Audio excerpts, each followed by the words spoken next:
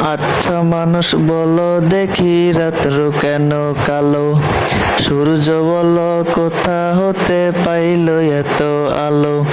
আর ফুলগুলো নানান রঙের কেমন করে হয়, পাতাগুলো সবুজ বটে ফুলের মতো নয়, দুধ কেন এত সাদা, মরিচ কেন ঝাল,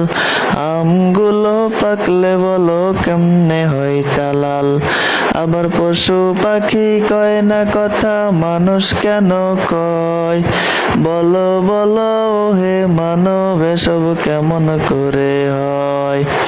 ভাবে সবই মহান প্রভুর দান, নত শিরে সেজদা করে হয়ে মুসলমান, ডিমগুলো একই রকম পার্থক্য নয় মোটে, তবে সাদা কালো বাচ্চাগুলো